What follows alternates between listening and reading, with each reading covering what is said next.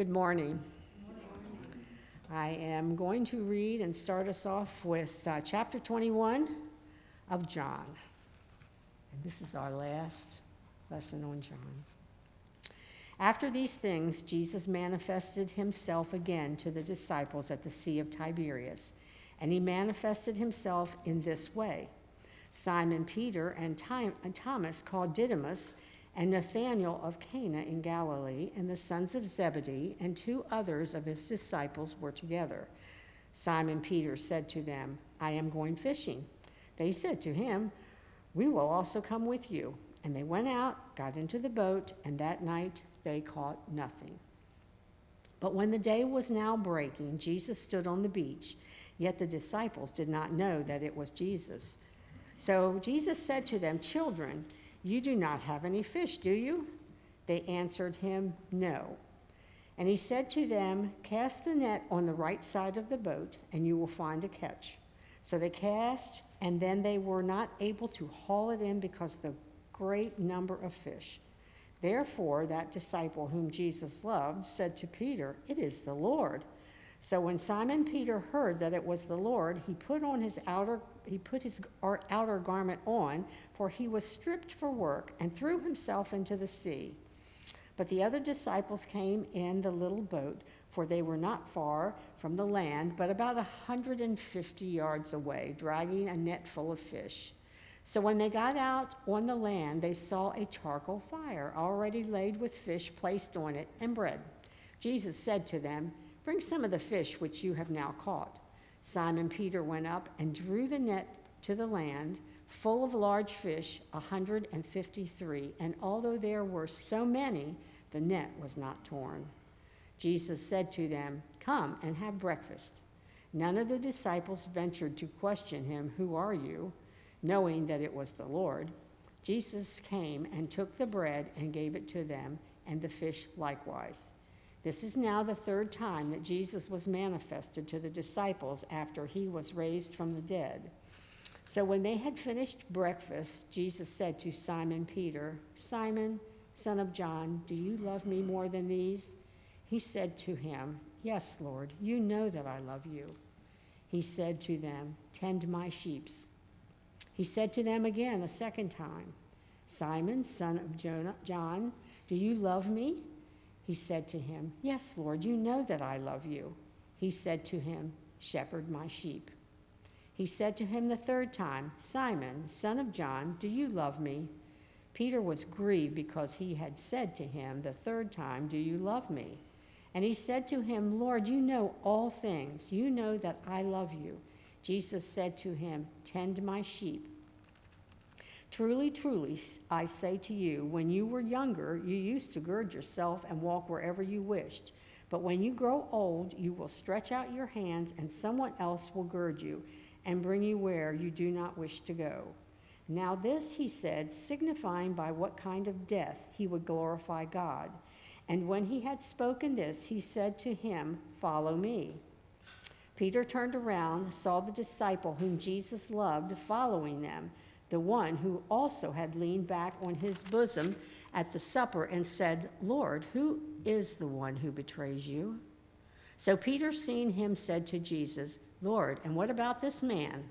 Jesus said to him, "If I want him to remain until I come, what is that to you? You follow me." Therefore this saying went out among the brethren, that the disciple would not die. Yet Jesus did not say to him that he would not die, but only, "If I want him to remain until I come, what is that to you?" This is the disciple who is testifying to these things and wrote these things, and we know that his testimony is true. And there are also many other things which Jesus did, which, if they were written in detail, I suppose that even the world itself would not contain the books that would be written. The word of the Lord. Thank you, Tammy.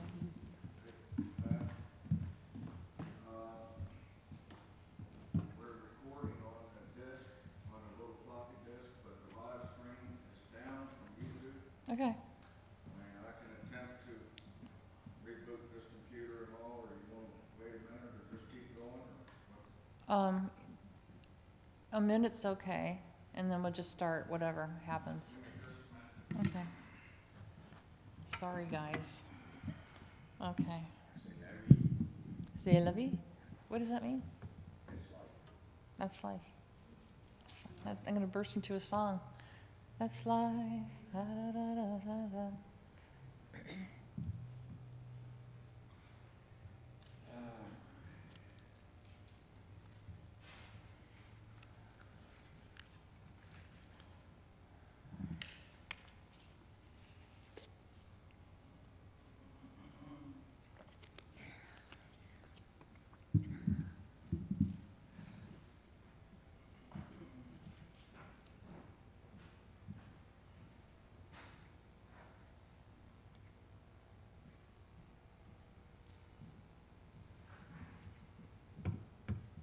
You look tired. Give it a go.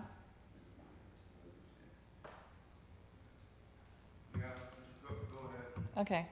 Good morning. I'm going to say a little prayer here, okay?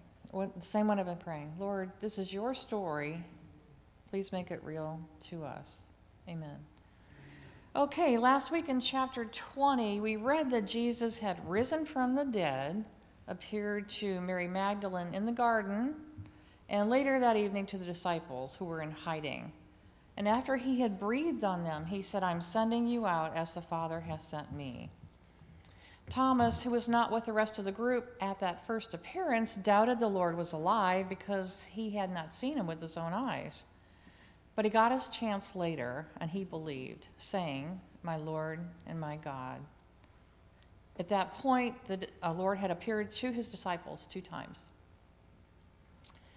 Now in chapter 21, Jesus appears a 3rd time. Jesus shows up at the Sea of Galilee. He goes to where the apostles are, where they are familiar, where they made a living before having ever met them. He could have shown up at the local synagogue or one of the homes or at the marketplace, but he's going to use this backdrop of the Sea of Galilee to teach them something. Now it's interesting that there are 7 of the 11 apostles there that day. In the Gospel of John, Jesus makes 7 I am statements. I am the light of the world. I am the good shepherd. I am the bread of life, etc. And he performs 7 miracles. There are 7 days of the week, and there are 7 disciples fishing this day. 7 is the number of completion. I don't know if that's significant here, but it's interesting. So I have a question. Why have the apostles gone fishing? They were fishermen. Okay.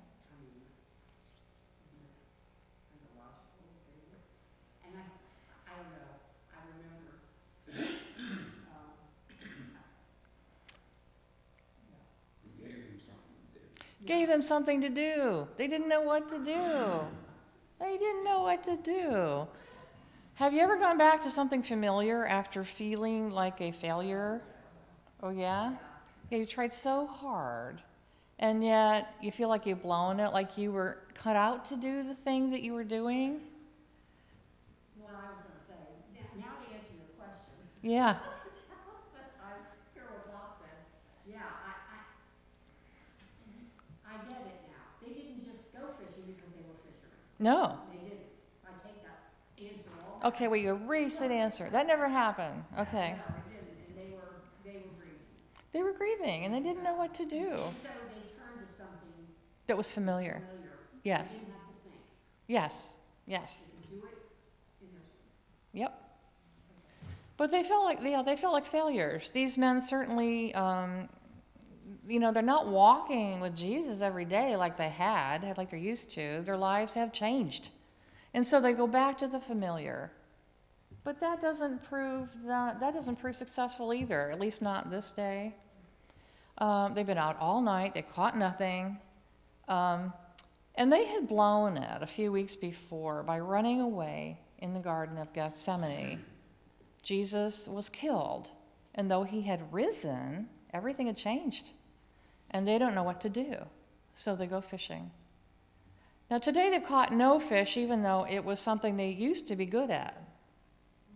But maybe they've lost their knack. No, you're not losing that. You don't lose that? No, I know how to fish. I can still fish. Why is it good that they didn't that they didn't catch anything? Why is that good that they didn't catch anything? Because who did they focus their eyes in their mind? Focused it on Jesus, that man on the shore. Yeah. Was talking to them. Okay. Probably Mm-hmm. make sure the fish didn't get in the net. Well, it was good they didn't catch anything, because if they had been successful, they might have gone back to fishing forever. Yeah. Okay. Would you dare to believe that God allows you to fail so that he can maneuver you to the place that he really wants you to be? Yes. Okay. Abraham Lincoln failed many times. Thomas Edison, Albert Einstein, Walt Disney, Henry Ford, all were successful people who had failed over and over until they didn't. Okay? Edison said of himself, "I haven't failed 10,000 times. I've successfully discovered 10,000 ways it won't work." Yeah. And it doesn't matter how many times you fail. You just need that one success to find your groove. Just need one. Okay? This is just a yes or no question. Has God ever let you fail so that he could redirect your steps? Yes? Okay, I think Tammy has said yes. For me, for sure. Okay, has he ever let you fail so he could redirect your steps? Okay, almost 30 years ago, when Chuck was working for Food for the Poor, we had 2 kids in college, and I needed to go back to work. But I had been away from speech therapy for so long, I didn't remember much, and my license had lapsed. So in order to make money, I did a number of menial jobs that were dead end. I hated those jobs. The pay was poor, the bosses were awful, and I finally realized that God wasn't going to let me settle for something less than he wanted me to do. And I'd always wanted to be an English teacher. So I took out a $25,000 loan, and I went to graduate school, and I ended up teaching high school English. Later, we took a church in Denver, and I started teaching Bible studies. That's where God really wanted me to be. Okay? So sometimes what seems like failure is God's way of moving us in a direction we wouldn't move on our own. Failure is a momentary detour, a step in our journey. It's part of our learning curve.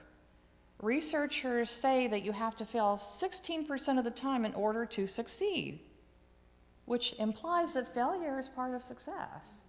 Okay? So what time of day does Jesus meet the disciples? Early in the morning. Yeah, early in the morning. He shows up in the morning after they're exhausted and after they're discouraged. And as he stands on the shore, he yells out to the men, "Men, have you caught anything?" Now, he knows they haven't, you know. That's why he's there. What had Peter been brooding about since Jesus' crucifixion? His denial of not the fear that he had, I think, of when he was asked, "Aren't you one of his disciples?" And he denied it. Okay, 3 yes. times. He'd been brooding about that. Okay, ever since Jesus was crucified. And what time of... He was mad at himself. Yeah. Disappointed. And disappointed in himself. Okay, what time of day had Peter denied Jesus? No? Mm-mm. In the early morning, just before the cock crowed. Okay, the cock would crow at the break of day. Ruth, could you read Psalm 30, verse 5, the second half of it, please? Weeping may tarry for the night, but joy comes with the morning. Thank you. Weeping may endure for the night, but joy comes in the morning. Morning follows night. Light follows darkness. This is Peter's second chance, okay? He has seen Jesus 2 times while hiding in the upper room, but he's not hiding any longer. He's out in the open, on the sea. Yes, he did. Being out and about, Peter has made progress. He's not as afraid as he had been. Now, in the Gospels of Matthew and Luke, Jesus tells the disciples to go to Galilee and he will meet them there after he has risen. And so they've gone home where they feel safe, up north in Galilee, far from Jerusalem, where they are less likely to be recognized by the authorities, okay? Now, I've heard it said that when you feel like you're drifting without direction, go home. Go home. Yeah. Just 3 years ago, Peter met Jesus for the first time on these very shores, okay? Jesus had used Peter's boat so that he could teach the crowd on the shore. And after that teaching, Jesus told Peter, James, and John to cast their nets. And the haul of fish was so great it nearly sunk their boat. Okay? On that day, 3 years ago, Jesus said to them, "Follow me." And here they are, back where they started. It's deja vu all over again. Once again, it's early morning. Jesus is on the shore about 150 yards from the boat. And knowing they have no fish, he calls out to them, "Friends, have you caught any fish?" And they reply, "No." He says, "Throw your nets to the right side of the boat and you'll find some." Now, if you take this literally, he tells them to cast on the right side of the boat because they've been casting on the left side of the boat. Or you can take this figuratively, and they've been casting on the wrong side of the boat, not the correct side of the boat. And so they do what this man on the shore tells them. Now, the unmistakable voice of the Master has spoken, and John recognizes it, saying, "It's the Lord." John was the first to recognize Jesus, but it's Peter who's the first out of the boat. He takes a moment to put on his robe because it was the Jewish custom that when you greeted someone, you were fully clothed. They had their loincloths on when they were fishing, but they took off their outer garment. Peter's so excited he leaves his buddies behind and tries to get to shore. Yeah, now the weariness of working all night and his water-soaked clothes don't stop him.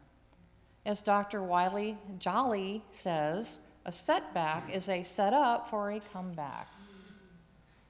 Ruth, could you read Isaiah 55:8, please?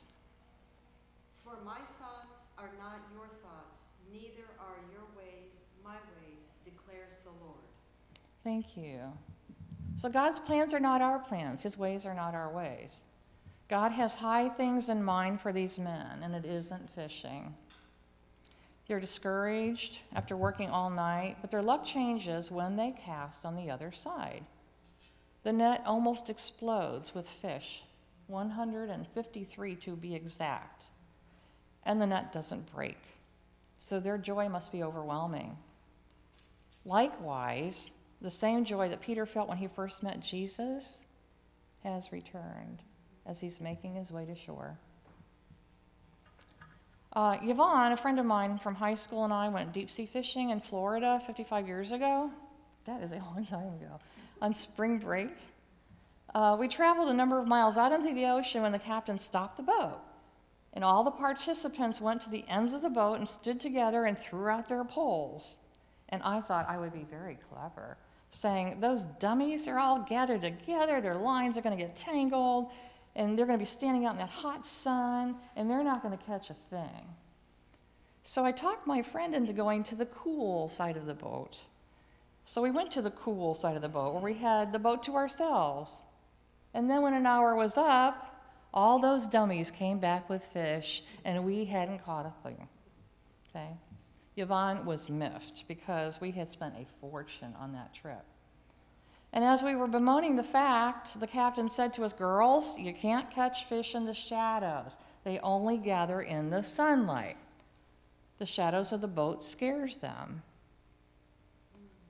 So those dummies weren't so dumb, and clever me wasn't so clever.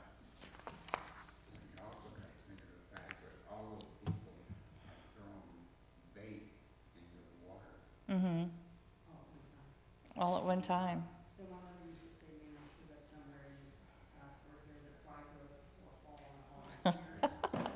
Yeah, I fell. I think it was a $50 fall for both of us, which I think is like $500 now. Okay, so if it is true that fish school together in the sun, why were these apostles fishing at night? And I will answer that. Okay. In Jesus' time, most fishing was night fishing because they used nets, not poles. In the daytime, the fish could see the nets. In the night, they could not. So that's why this is such a special miracle. It's daytime, and the fish should have been able to see the nets in the morning sun, but they don't, and they jump right in. Okay? Now, Peter doesn't care about fish. He jumps out of the boat and leaves the others behind who are trying their best to get this catch back in to shore.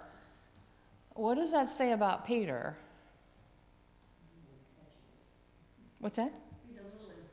He's a little impetuous. Well, that, and the fact that he's obviously very modest, otherwise he wouldn't, if he wasn't modest, he wouldn't have put his clothes on.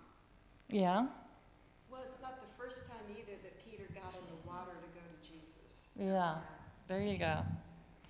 Okay, Peter is Johnny on the spot, the bold front man, okay? Whether he's the first to announce Jesus as the Son of God in Caesarea Philippi, or the first to jump out of a boat and walk on water, or the first to draw his sword in Gethsemane, Peter's at the head of the pack, okay? It makes you wonder why the other disciples don't drop what they're doing and run to see Jesus too. Why do you suppose they didn't? Well, I think they were also just more pragmatic. They had a net full of fish. You know, that they aren't impulsive, Okay. right? They're thinking through that something great happened here. Mm-hmm. Yeah. So, Yes. okay. So they are pragmatic, right? Peter is impulsive, they are pragmatic. But if they don't haul this catch, and just maybe Jesus will leave them again, and they have no way of making a living. Okay, he comes, but he leaves. Okay, they never know how long he's going to stay. So, now it must have endeared Peter to Jesus that he's the first to arrive on the shore. A charcoal fire with fish and bread awaits Peter and the men. What was Peter doing just a few weeks ago when he denied Jesus in Caiaphas's courtyard?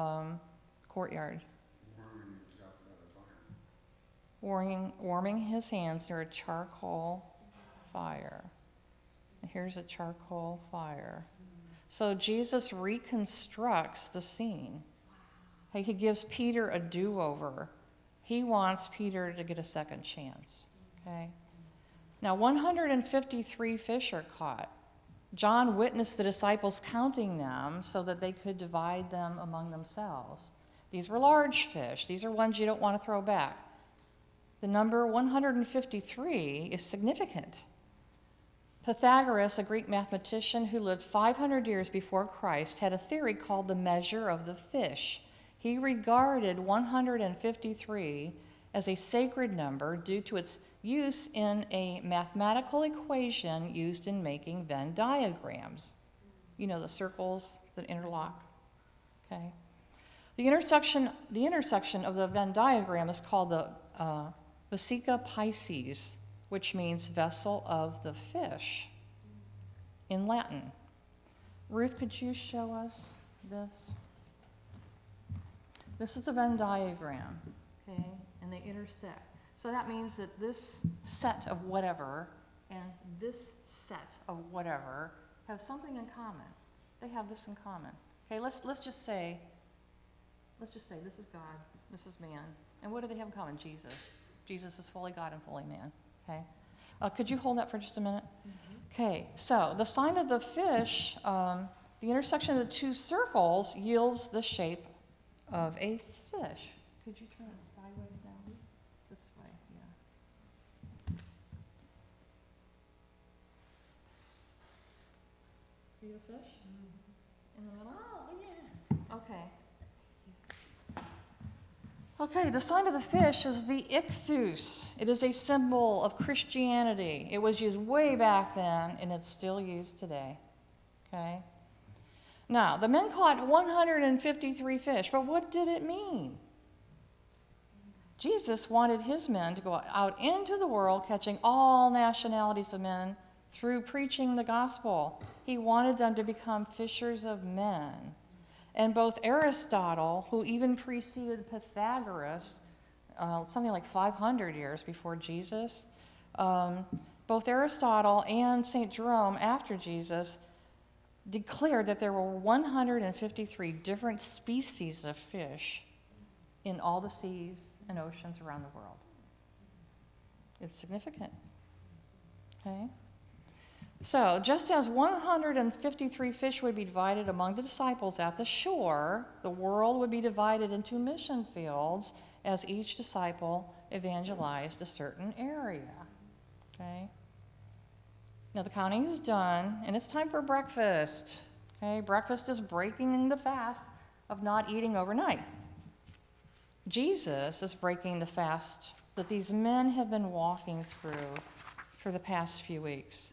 They've been floundering, not knowing what to do, and that's why they go back to fishing. As the men come ashore and sit down for breakfast, they know that this is Jesus, but none of them ask him, "Who are you?" Scholars say at this point the Holy Spirit had been at work in their hearts, so they didn't have to ask. And notice that he doesn't say, "Peace be with you," this time. They're not afraid anymore. Okay? The breath of the Holy Spirit that Jesus blew on them made them confident enough to leave that upper room where they were hiding and go out in the open and go back to Galilee. Okay? Now, Jesus speaks to Peter when breakfast is over. He addresses Peter as Simon, son of John. And I wonder if that didn't hurt Peter. Simon was the name that Peter went by 3 years ago before he met the Lord. Peter's wondering if Jesus asked, had Jesus gone back to being Simon? Being more like he was than what he had become? Simon meant listening. He started out as one who had listened, and he became Peter the Rock. At least he thought he had. But he wasn't the rock anymore. The cock crowed. In Caiaphas' garden, he denied, and that affirmed it. I imagine he feels a sense of shame that he's catching and selling fish. I imagine he feels a sense of shame as Jesus calls him Simon. Now, Jesus doesn't bring up Peter's 3 denials. That was several weeks ago. That was then. This is now. And now is where Jesus meets him, in this moment on this shore where they first met. Jesus says, "Simon, son of John, do you love me more than these?" Now, Jesus doesn't qualify who the these are that he's referring to. So we can interpret this question in 3 ways. Jesus may have been asking, "Simon, do you love me more than all these other men love me?" After all, Peter was the one who promised that if all the others ran away, he would not. And he proved it by cutting off Malchus's ear and following Jesus to his trial. But in the end, he ran away just like the others. So Jesus may be saying, "Do you love me more than they love me? At least you followed me for a little bit." Or Jesus could be asking, "Simon, do you love me more than you love these fishing friends of yours? Do you love me more than these guys you hang out with?" Or he could have been asking, "Simon, do you love me more than this old lifestyle of yours? These fish and that boat and those nets and all the camaraderie that you find in this job?" It didn't really matter what Jesus was asking or what he meant, because Peter says, "Yes, Lord, I love you." And then Jesus says, "Feed my lambs." Now, the lambs are the little ones, under a year old. So he's saying, "Feed my children." And then Jesus asks a second time, "Simon, do you love me?" "Yes, Lord, I love you." "Then care for my sheep." Those will be the ones that are now maturing, okay, the middle-aged, no longer children. And a third time, Simon, do you love me? Yes, Lord, you know all things. You know that I love you. Then feed my sheep. The old ones, the elderly. Okay? Peter's hurt that Jesus even needs to ask. But Jesus is not asking for himself. He is asking for Peter's sake. Because Peter needs to hear himself confess out loud that he loves Jesus, because he heard himself out loud deny Jesus. Okay? 3 times. Yep.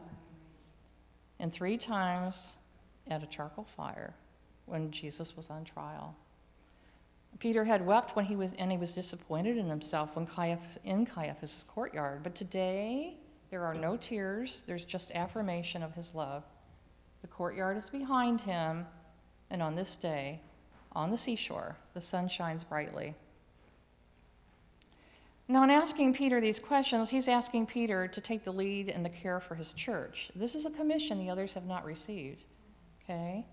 Simon, son of John, becomes Peter the rock once more. He's passed the test. Okay? Sometimes we have to relive a hurt in order to be healed. That's what inner healing is all about.